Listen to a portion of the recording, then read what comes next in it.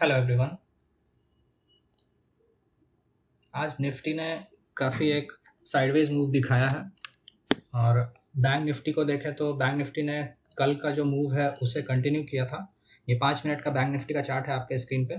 आप देख सकते हैं यहाँ पे कल इस लेवल को ब्रेक करके मार्केट इसके ऊपर ही ट्रेड कर रहा था और आज भी इस लेवल को दोबारा इसने ब्रेक किया और उसके ऊपर क्लोज भी दे दिया है।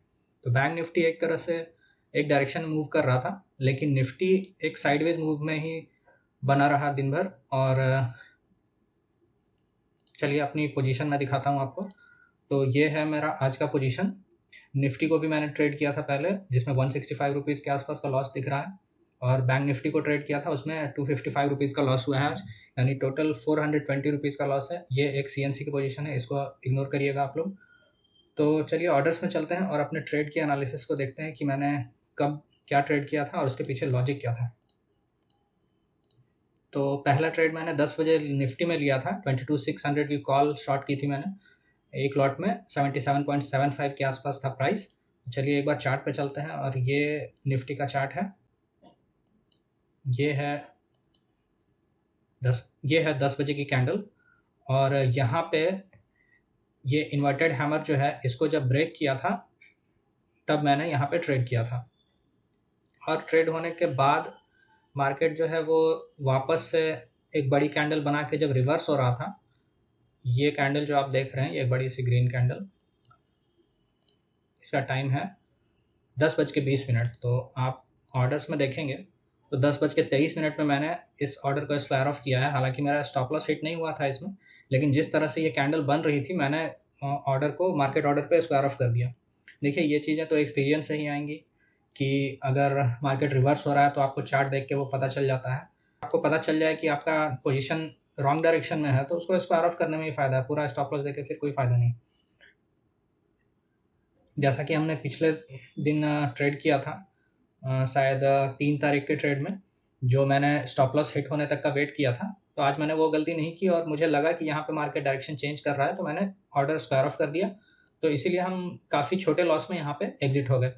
जैसा कि आप पोजीशन देख रहे हैं, ये सिर्फ 165 रुपीज़ का लॉस है, तो ज़्यादा बड़ा लॉस नहीं था, इसलिए मैंने दोबारा ट्रेड करने का डिसाइड किया। और निफ्टी मुझे साइडवेज लग रहा था तो उसमें पोजीशन डायरेक्शनल मूवमेंट का उम्मीद मुझे दिख नहीं रहा था, तो मैंने फिर बैंक निफ्टी में ट्रेड किया। बैंक निफ्टी में एक्चुअली मैंने ट्रेड तो सही किया था, बट अनफॉर्चुनेटली मार्केट थोड़ा नीचे आया और मेरा स्टॉप लॉस चला गया। तो आप देख रहे हैं यहाँ पे मैंने बैंक निफ्टी का 48,000 का पुट शॉर्ट किया था सिर्फ एक लॉट में।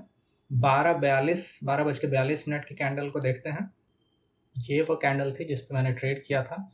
और इसका ट्रेड करने का लॉजिक मेरा ये था कि बैंक निफ्टी जो है वो एक रेजिस्टेंस यहाँ पे बना चुका था, जो कि डे हाई के आसपास था इस तरह से, और बार बार यहाँ पे मार्केट ट्रेड कर रहा था।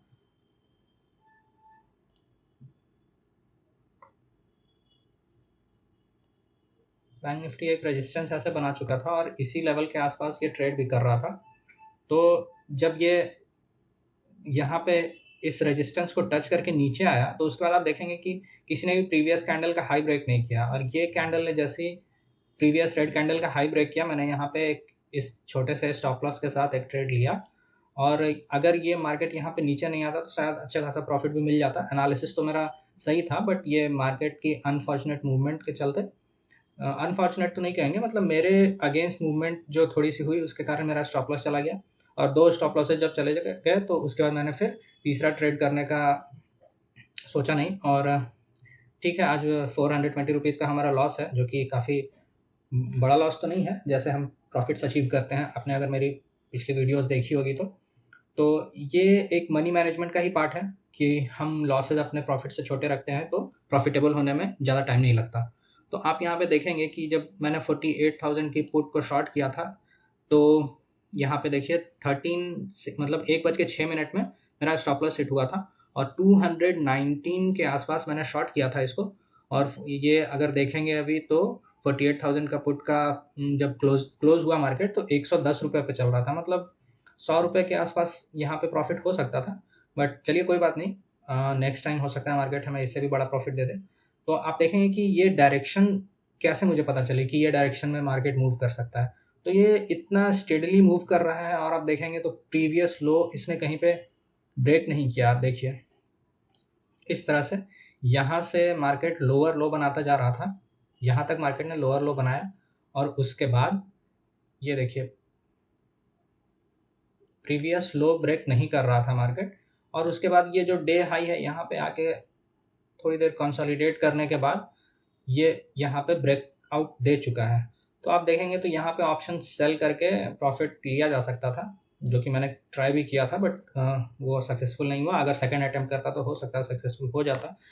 बट अब रूल बेस्ड ट्रेडिंग का यही मतलब होता है कि 2 स्टॉप लॉसेज जैसे मेरे हिट हो गए हैं तो मैं तीसरा ट्रेड लेना इसलिए प्रेफर नहीं करूँगा क्योंकि मार्केट मुझे कह रहा है कि आइदर मार्केट आज किसी और लॉजिक से चल रहा है या फिर मेरा मार्केट को एनालाइज करने का तरीका आज का गलत है।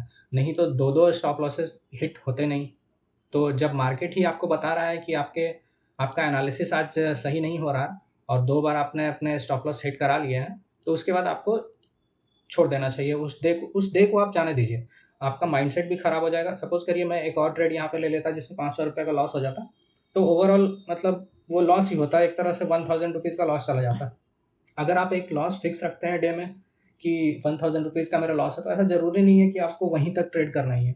जब 2 बार एनालिसिस गलत होगी तो आपको ये इंडिकेशन समझना चाहिए, मतलब कि आज या तो आप अपने प्रॉपर राइट माइंडसेट में नहीं हैं या फिर आप जो एनालिसिस कर रहे हैं, जिस तरह से आप मार्केट को देख रहे हैं वो गलत है। तो बहुत लोग 1 ट्रेड करते हैं दिन में, 2 ट्रेड करते हैं, 3, वो उन सबका अपना-अपना साइकोलॉजी होता है। तो आप अपने साइकोलॉजी को पहले आइडेंटिफ़ाई करें कि आपका किस तरह का माइंडसेट है, आप दिन में कितना लॉस ले सकते हैं। जब मैंने ट्रेडिंग शुरू की थी तो मैंने 1 दिन का लॉस ₹200 से स्टार्ट किया था। मैं पहले इक्विटी में ट्रेड करता था तो वहाँ पे मैं ₹200 का लॉस लेके चलता था। तो मैं फिर ₹200 से स्टार्ट किया, मतलब डेली का लॉस मेरा ₹200 का था और प्रॉफिट में 400 लेके चलता था। ये इक्विटी का ट्रेड जब मैं करता था तब की बात है। अभी ऑप्शंस में जब मैं आया हूँ तो धीरे-धीरे जैसे कैपिटल ग्रो होता है, मैंने अभी 1000 रुपीज़ का लॉस डेली का रखा है और आप मेरी वीडियोज़ अगर देखते होंगे तो ऑलमोस्ट डेली मैं जब भी ट्रेड करता हूँ अपने ट्रेड्स और उसके लॉजिक्स आपके साथ शेयर करता हूँ। तो आपने देखा होगा कि मेरा रिस्क मैनेजमेंट और मनी मैनेजमेंट इस तरह का होता है कि लॉसेस जो हैं वो प्रॉफिट से छोटे होते हैं मेरे, और ये एक बहुत ही इम्पॉर्टेंट चीज़ है। देखिए एक सिंपल सा लॉजिक मैं आपको समझाता हूँ। अगर आपकी एक्यूरेसी मार्केट में 50% भी है तो भी आप मार्केट में प्रॉफिटेबल हो सकते हैं। अगर 1:2 का सिंपल अगर आप ट्रेड भी लेते हैं ना और 50% आप रॉन्ग होते हैं, आपने टोटल 10 ट्रेड्स लिए हैं तो आप 5 बार लॉस करेंगे, 5 यूनिट्स लॉस करेंगे और यहाँ पे 5x लॉस करेंगे और 10x आपका प्रॉफिट रहेगा। ठीक है, तो भी अगर आप इसको माइनस करेंगे तो टैक्स वगैरह काट के आप 4x तो प्रॉफिट में रह ही सकते हैं। और अगर आपकी एक्यूरेसी और ज़्यादा ख़राब है, 50% भी नहीं है, अगर 40% भी है ना, तो भी आप 1:2 में देखिए 6 यूनिट 6x का आपका लॉस है और यहाँ पे 8x का आपका प्रॉफिट है। तो यहाँ भी अगर टैक्सेस वगैरह निकाल देंगे तो भी आप 1x तो प्रॉफिट में रह ही जाएंगे। तो मतलब आपको ना नंबर ऑफ ट्रेड्स पे फोकस नहीं करना है, आपको अपने मनी मैनेजमेंट और रिस्क मैनेजमेंट पे फोकस करना है, और ये चीज़ें काफ़ी मायने रखती हैं। पहले मुझे भी लगता था कि ये सारी चीज़ों में कुछ नहीं रखा है, सारा चीज़ स्ट्रैटेजी में रखा है, बट स्ट्रैटेजी जो है वो सिर्फ आपको एक डिसिप्लिन देने के लिए है कि हाँ अगर मार्केट इस तरह चलता है तो मैं ऐसे बिहेव करूँगा, ऐसे ट्रेड लूँगा। और स्ट्रैटेजी के अलावा जो जो चीज़ आपको पैसा बना के देगी वो होता है आपका माइंडसेट और आपका मनी मैनेजमेंट। अगर आप प्रॉफिटेबल ट्रेड्स में जल्दी निकल जाएंगे और जो आपके लॉसेस हैं उसको आप होल्ड करके रख देंगे, तो आप कितनी भी अच्छी स्ट्रैटेजी लगा लें वो मनी मैनेजमेंट आपको सक्सेसफुल या प्रॉफिटेबल होने नहीं देगा। तो इस तरह से आप देखेंगे कि मैं अपनी वीडियोस में हमेशा मनी मैनेजमेंट और माइंडसेट पे फोकस करता हूँ, और हर दिन मैं अपनी वीडियोस में जो भी ट्रेड लेता हूँ उसकी एनालिसिस आपको बताता हूँ कि मेरा ट्रेड करने का रीज़न क्या था। अगर आप मेरी वीडियो से कुछ सीख रहे हैं या मेरे ट्रेड्स को देख के आपको लॉजिक समझ में आता है तो आप मेरे चैनल को सब्सक्राइब कर सकते हैं और अपना ट्रेडिंग माइंडसेट भी डेवलप कर सकते हैं। तो चलिए मिलते हैं नेक्स्ट वीडियो में। Thank you.